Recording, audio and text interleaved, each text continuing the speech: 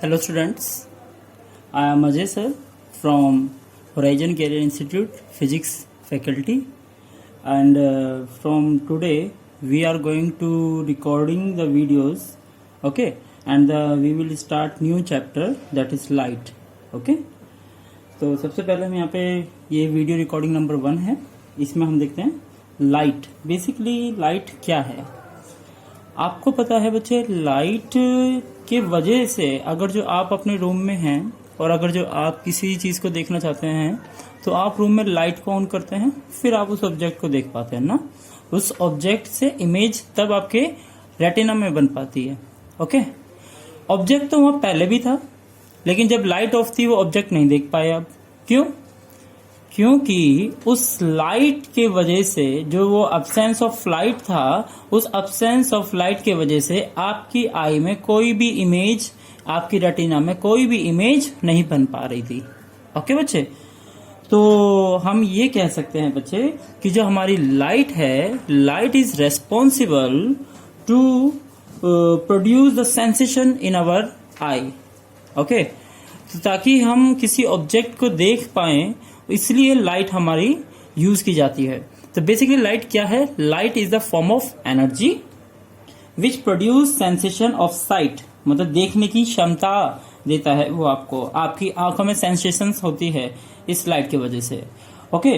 अब उसको हम आगे भी पढ़ेंगे जब हम आई के बारे में बात करेंगे कि आई का स्ट्रक्चर कैसा है, आई के अंदर कौन रेस्पॉन्सिबल होता है कि आप रेटिना पे इमेज देख पाते हैं, आप कलरफुल भी इमेज देख पाते हैं।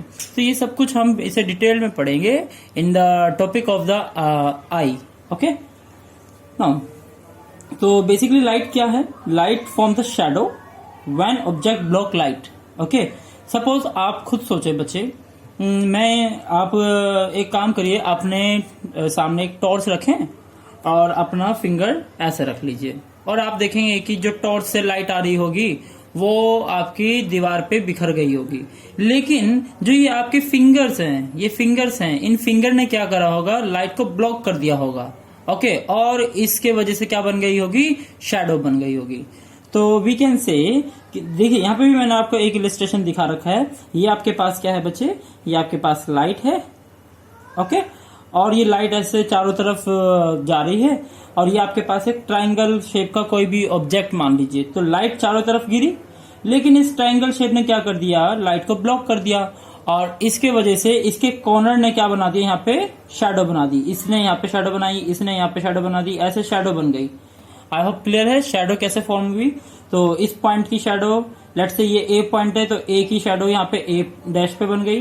लेट्स से पॉइंट बी है तो इस बी की शैडो इस बी डैश पे बन गई। ऐसे सो ऑन ये शैडो बन रही होंगी। अगर ये पॉइंट सी है तो इसकी शैडो यहाँ पे सी डैश पे बन रही होगी। तो आप समझ में आ रहा होगा आपको कि शैडो कब बनती है? जब कोई लाइट ब्लॉक हो जाए, ठीक है। Now when light falls on surface then it show basically 3 phenomena.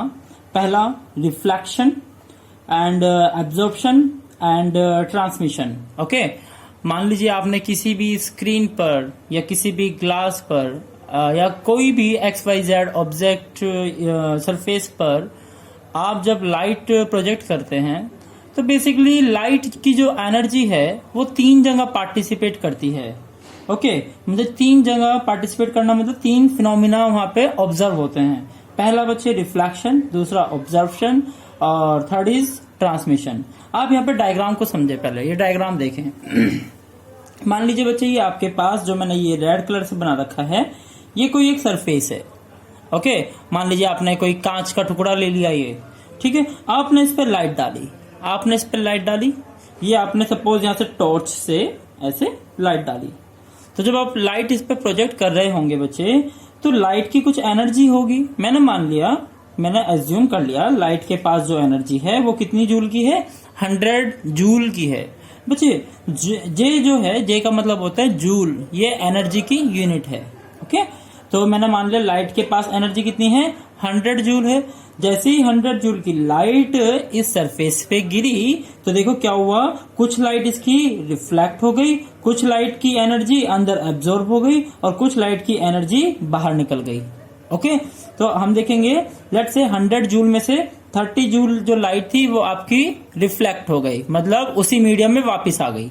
Okay, और उसमें से 100 माइनस 30 कितना बचा 70, तो बाकी 70 जूल एनर्जी कहाँ है? हम कहेंगे 70 में से हो सकता है 20 जूल एनर्जी इस सरफेस ने एब्जॉर्ब कर ली। ओके, जैसे कि आपने देखा होगा कि आप जब विंडो की बात करते हैं, विंडो पे आप कर्टेन लगाते हैं, गेट पर आप कर्टेन लगाते हैं, पर्दा जिसे बोलते हैं, तो उस पर्दे लगाने से क्या होता है? आपको पता है कि जब हम डार्क कलर का पर्दा लगाते हैं, लाइक ब्लैक कलर या फिर डार्क ब्लू कलर का पर्दा लगाते हैं, तो उसमें क्या होती है, लाइट जैसे गिरती है तो वो आपका कर्टेन लाइट को एब्जॉर्ब कर लेता है। उसकी एब्जॉर्ब करने की कैपेसिटी एज कंपेयर टू जो लाइट कलर वाले पर्दे होते हैं उनसे ज्यादा होती है। ओके, तो वी कैन से कि आपका कोई भी, चाहे कांच हो या फिर आपका कोई कपड़ा हो या कुछ भी, ये सारे के सारे लाइट को कुछ हद तक एब्जॉर्ब करते हैं। ओके तो मैंने मान लिया लाइट कितनी एब्जॉर्ब हो गई, 20 जूल हो गई, तो 100 में से 30 जूल तो वापस चली गई थी और 20 इस सरफेस ने एब्जॉर्ब कर ली। बाकी कितनी बची? बाकी बची 50 जूल एनर्जी। ओके, और वो 50 जूल एनर्जी उस पर्दे से या फिर उस कांच के टुकड़े से one side to another side पर पहुंच गई। ओके, तो समझ में आ गया होगा आपको रिफ्लेक्शन क्या होता है और एब्जॉर्प्शन कौन करता है और ट्रांसमिशन का मतलब क्या हुआ। ओके बच्चे, now to prevent the transmission of light from surface we generally silver the back surface. Okay, और उसको क्या बोलते हैं? कोटिंग बोलते हैं। आपने देखा होगा बच्चे शीशा, आपने मिरर देखा है? मिरर में क्या होता है, अगर जो पीछे सिल्वर कलर की कोटिंग ना की जाए तो वो एक कांच का टुकड़ा है और उससे लाइट आसानी से आर पार जा सकती है। लेकिन जैसे ही आप उसके बैक साइड पर, मान लीजिए आपके पास मिरर है, आप मिरर के बैक साइड पे जैसे ही आप सिल्वर कलर की कोटिंग कर लेते हैं, पीछे एक कोटिंग होती है ना, जैसे ही आप सिल्वर कलर की कोटिंग कर लेते हैं तो वो कोटिंग का मेन काम क्या है? वो कोटिंग क्या करती है? वो कोटिंग आपकी जो लाइट है वो एक मीडियम से दूसरे मीडियम में जाने नहीं देती, मतलब ट्रांसमिशन को रोक देती है। ओके, तो अगर जो यहाँ पे मैं सिल्वर कोटिंग कर देता हूँ उसके नीचे सरफेस पर, तो क्या होगा, यहाँ से ट्रांसमिशन क्या हो जाएगा, खत्म हो जाएगा। ओके, तो हमने क्या देखा यहाँ पे कि मिरर में जो होता है सिल्वर कोटिंग की जाती है ताकि लाइट ट्रांसमिट ना हो सके। Okay, thank you.